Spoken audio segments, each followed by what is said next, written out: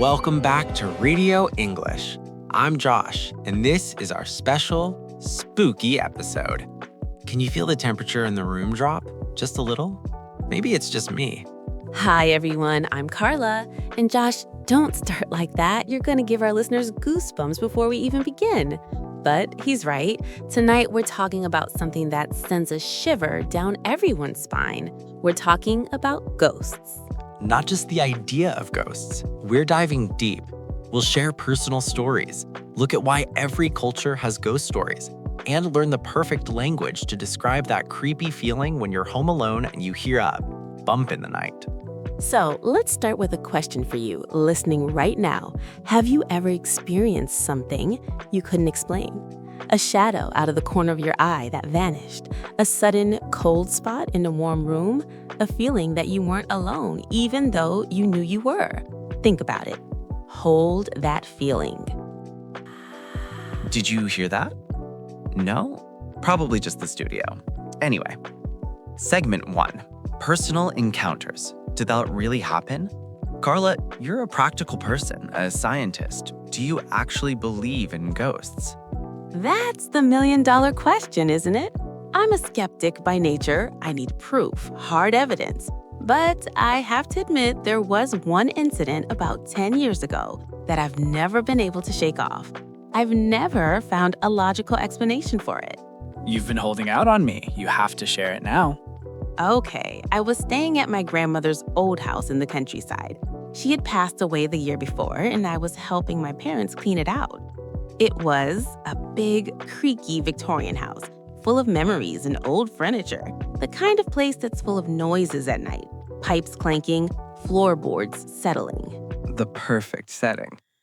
Exactly. One night, I woke up around 3 a.m. I had this overwhelming feeling that someone was in the room with me. Not a scary feeling, just a presence. I opened my eyes and the room was dark. But on the old armchair in the corner, I saw the silhouette of a person, just a dark shape against a slightly lighter window. No. What did you do? My heart was pounding in my chest. I was frozen. I just stared, thinking my eyes were playing tricks. And then I smelled it. The very distinct scent of my grandmother's perfume, Lily of the Valley. It was her signature scent. It filled the room. Not just a faint hint, it was strong, like someone had just walked through a cloud of it. Wow. I blinked and the silhouette was gone, but the smell lingered for another minute or so, and then it faded away completely. I lay there awake until sunrise. Now, my logical brain says it was a hypnopompic hallucination. That's the state between sleep and waking, combined with a powerful memory triggering a sensory response. But my emotional brain thinks she was just checking in, saying a final goodbye to the house. That's a beautiful and chilling story. It's not about something jumping out and shouting boo. It's about a sensory memory, a feeling. That's often what ghost stories are about. My story is less profound and more irritating. Irritating? Yeah, when I was at university, I shared a tiny rundown apartment. My roommate swore the place was haunted. I laughed it off. Then small things started happening consistently. I'd put my keys on the kitchen counter, I'd turn around to get my bag, turn back, and they'd be on the small table by the door, where I needed them to be. A helpful ghost? Seemingly. It would unplug my laptop charger and coil it up neatly. It hated mess. We called it the neat freak ghost. It never felt scary, just like a fussy, invisible roommate. We even got used to it. We'd come home to find the cushions plumped on a sofa and say, "Thanks, Alfred." We named. So you're saying you believe in a spectral housekeeper? I'm saying I can't explain how those things happened day after day when no one else was there. It was strangely comforting. Until the day it hid the TV remote inside the fridge. That was just weird. What on earth was that? Okay, that was not me. That came from the production booth. Maybe our producer is getting into the spirit. No pun intended. You okay, Mike? He's giving us a thumbs up. Just a sound effect he accidentally played. Sheesh, got my heart racing. Talk about timing. Well, that perfectly leads us to segment 2, a deep dive. Why are we so afraid of the unseen? Why does every single culture from every corner of the world have stories about spirits? It's fundamental, isn't it? I think it comes down to two big human fears: the fear of death and the fear of the unknown. Ghosts sit right in the middle of that crossroads. They represent a continuation after death, but it's an unpredictable, often scary continuation. It's the unknown made semi-visible. And linguistically, it's fascinating. In English alone, we have so many words for them, each with a slightly different flavor. A ghost is the general term. A specter or phantom sounds more formal, more literary, like it's from a Gothic novel. A spirit can be neutral or even positive. A poltergeist from German is specifically a noisy ghost that moves physical objects. That's your alpha, Josh. And then you have the idioms. If you're pale as a ghost, you look terrified and white. If you say someone doesn't stand a ghost of a chance, they have no hope at all. And if you're trying to lay a ghost to rest, you're trying to resolve a painful memory from the past. The language shows how deeply this is woven into our thinking, and the explanations have evolved with science. In the past, a strange noise was a spirit. Now we talk about infrasound, very low frequency sound waves that can cause feelings of dread and even make you see shadows. We talk about electromagnetic fields from old wiring making people feel watched. But does that explain Carla's grandmother's perfume or my neat freak Alfred? Science gives us tools, but sometimes the mystery remains. That's the hook. We want to be scared a little. We want that thrill. It's why we watch horror movies in the dark.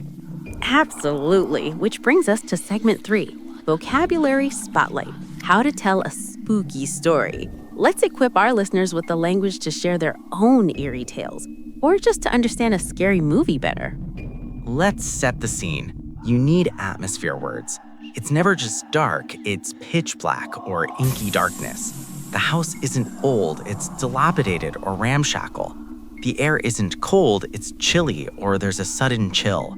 You don't walk, you creep or tiptoe down a creaking corridor. Perfect. Then for the sensation. You might feel a prickle on the back of your neck. Your hair might stand on end. You get goosebumps. You're frozen to the spot. You hold your breath, listening intently. And for the ghost itself, it might materialize or appear out of thin air. It could be translucent, see-through. It might float or glide rather than walk. It could vanish or fade away.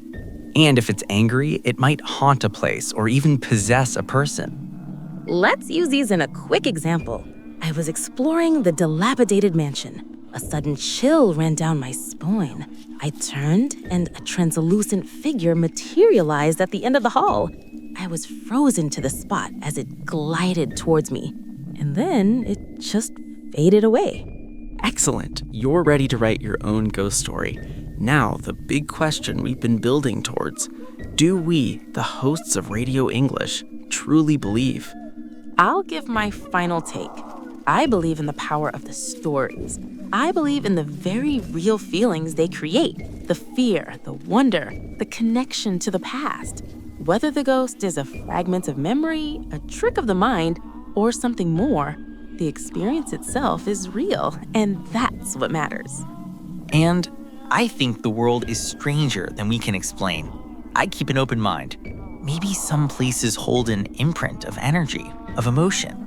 Maybe sometimes the veil between what we know and what we don't know gets thin. I don't have proof, but I have Alfred, the ghost who tidied my apartment, and that's enough for me. So let's summarize our 5 key learning points from this spooky session. Number 1, vocabulary variety. Ghosts, specter, phantom, spirit, poltergeist all have nuanced meanings. Number 2, sensory language. Crucial for stories. Think about scents, sounds, creaks, whispers, and feelings like chills, pricks. Number 3, idioms. Hail as a ghost, doesn't stand a ghost of a chance, to lay a ghost to rest. Number 4, atmosphere words. Dilapidated, pitch black, to creep, to glide, to materialize. And number 5, the core idea. Ghost stories often stem from universal human fears, death and the unknown, and are found in every culture. Your homework: tell a story, in English, of course. Think of a strange experience you or someone you know has had. Use 3 of the vocabulary words we highlighted today. Record it on your phone or tell it to a friend. Practice building that atmosphere. And if you enjoyed this journey into the eerie side of English, please help our channel grow. Subscribe to Radio English on YouTube and hit that notification bell. We explore a new topic every week, from the mundane to the mysterious. Remember, language is a living thing, full of history, stories, and maybe a few friendly ghosts. Thank you for being brave enough to listen. Sweet dreams, or perhaps interesting dreams. Goodbye. Bye.